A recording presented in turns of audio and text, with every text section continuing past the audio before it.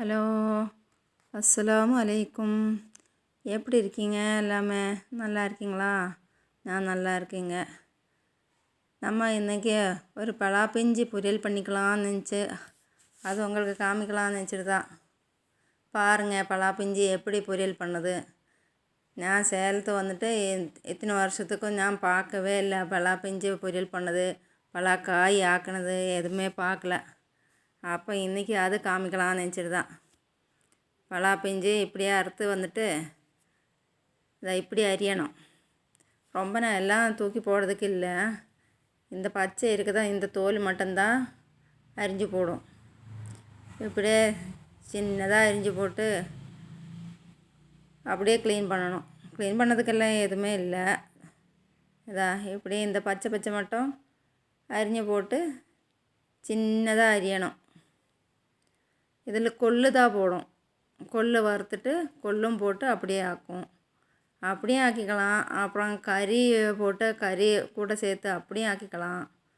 சால்னா வைக்கலாம். தேங்காய் அரைச்சி, தேங்காய் இல்லாமல் கறி சால்னா போல் தேங்காய் அரைச்சும் சால்னா வச்சிடலாம். தேங்காய் இல்லாமல் சால்னா வைக்கலாம். பொரியலும் தனியாக வைக்கலாம். இங்கே இப்போ நம்ம கொள்ளு போட்டு தான் வைக்குது. அப்போ பாருங்கள், சேலத்து பலாக்காய் பழம் மட்டும்தான் சாப்பிட்றது பார்த்துருக்குது. காய் ஆக்கி சாப்பிட்றது தெரியல, பார்க்கவே இல்லை, அங்கே தெரியவும் இல்லை.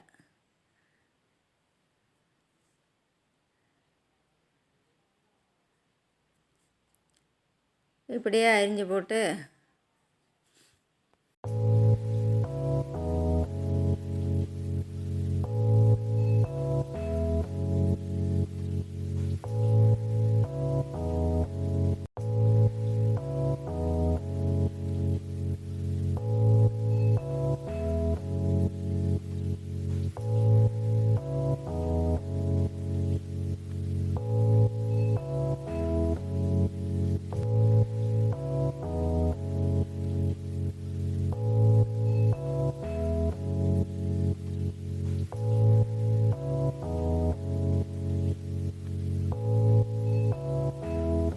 பலாக்காய் எப்போவுமே காடு ரொம்பனா இருக்கும். 6-7 மரம் இருந்துச்சு. இப்போ ஆக 2 மரம் தான் இருக்குது. அதில் இருக்குது 2 காய் தான். அதில் ஒன்று இப்படி பொரியல் பண்ணிக்கலாம் சொல்லிவிட்டு அம்மா பறிக்க சொல்லி பறிச்சாச்சு. நீ ஒன்றும் கூட இருக்குது. அது கொஞ்சம் முத்தினா அப்படியே முத்தினா காயாக பலாக்காயாக சால்னா வைக்கும். அது சொல்ல மட்டும் பறிச்சிட்டு பழம் பின்ன அக்கம் பக்கத்தில் எல்லாம் இருக்குது. அது கிடைக்கும் இல்லையா? இனிமேல் காய் வந்தால் அது இருக்கும் இல்லையா? இந்த 2 காய் மட்டும்தான் இந்த வருஷம் இருக்கும். பலாக்காய் ஆக்குது உங்களுக்கு யாருக்காச்சும் தெரியுமா? நான் பார்க்கல, எனக்கு கிடைச்சதும் இல்லை, நான் அங்கே பார்க்கவும் இல்லை. அப்போ இப்படி தான் பலாக்காயை அரிஞ்சு சின்னதாக அரிஞ்சு போட்டு ஆக்கும். பலாக்காய் இது பலா பிஞ்சு தான். பலாக்காயும் ஆக்கலாம், பலா பிஞ்சும் ஆக்கலாம்.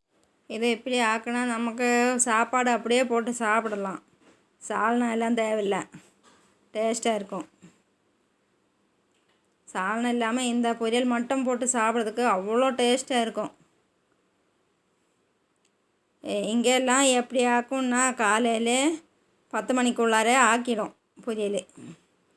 அது 10 மணிக்கு கொஞ்சம் கஞ்சி சோறு குடிக்கும். அதை கூட இது தொட்டு தான் சாப்பிடும். இது இப்படியே எல்லாம் காயாக்கினாலும் 10 மணிக்குள்ளார தான் ஆக்கும். இது அப்படியே சாப்பிடும்போது கஞ்சி கூட சாப்பிட்றதுக்கு அவ்வளோ டேஸ்ட்டாக இருக்கும். எனக்கு இது கூட சாப்பாடு போட்டு தான் சாப்பிட பிடிக்கும்.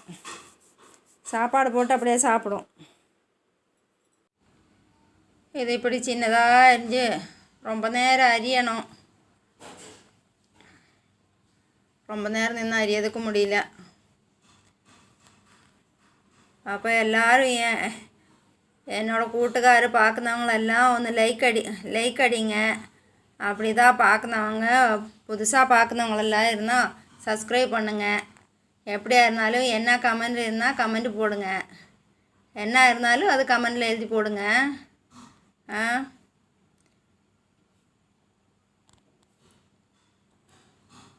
இதில் கொள்ளை வறுத்து கழுவி அரித்து போடணும்.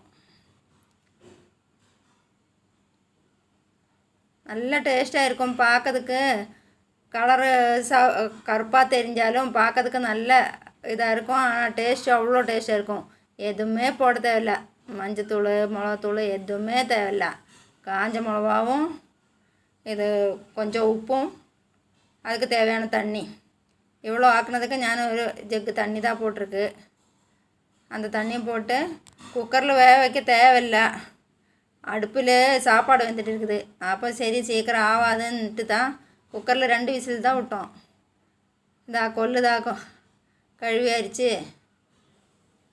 நீ அப்படியே ஃபஸ்ட்டு குக்கரில் கொள்ளு போடணும். கொள்ளு போட்டதுக்கப்புறம் பலாக்காழி அரிஞ்சு வச்சதும் அதுவும் போட்டு இது கொள்ளு தான் பாருங்கள். காய் அதில் போட்டாச்சு. நீ அதுக்கு தேவையான 1 ஸ்பூன் உப்பு போடுது. உப்பு பார்த்துட்டு அப்புறமே நமக்கு வெந்ததுக்கப்புறம் பார்த்துட்டு தேவையானங்க போட்டுடலாம் தாளிக்கிறதுக்குள்ளார.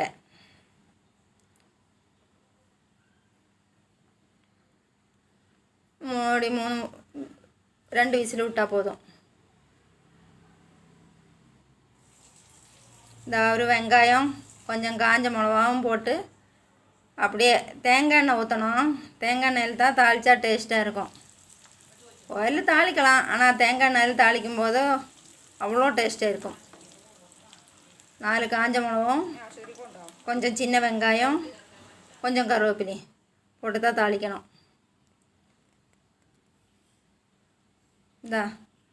வெங்காயம் நல்லா சப்பு கலர் ஆகணும். மொத்தமாக அதில் போட்டு கிண்டி அவ்வளோதான். ரொம்ப வேலை இல்லை. இது அரியண வேலை தான் கொஞ்சம் கஷ்டம். அப்போது இன்னத்த வீடியோ இவ்வளோ தான் இருக்குது. எல்லோரும் பார்த்து லைக் பண்ணுங்கள், கமெண்ட் பண்ணுங்கள், சப்ஸ்கிரைப் பண்ணுங்கள். புதுசாக பார்க்குறவங்கள இருந்தால் கண்டிப்பாக சப்ஸ்கிரைப் பண்ணுங்கள். நான் இங்கே ஊரில் தான் இருக்குது, அம்மா வீட்டில். ஆனால் ரெஸ்ட்டு இது சொல்லியிருக்கு, இது பக்கத்தில் கொடுக்கணும் ரெஸ்ட்டு சொல்லியிருக்கு. அதனால் இங்கே இருக்குது. 15 நாளில் செக் பண்ணணும். அது இடக்கு ஏதோ பிரச்சனை இருந்தால் அப்பவும் போய் செக் பண்ணணும். அதனால தான் ஊரில் வராமல் இருக்குது. வெந்து ரெடி ஆகிடுச்சு, எடுத்தாச்சு. கொஞ்சம் சாப்பிடட்டும். சூடாக சாப்பிட்றதுக்கு ரொம்ப பிடிக்கும்.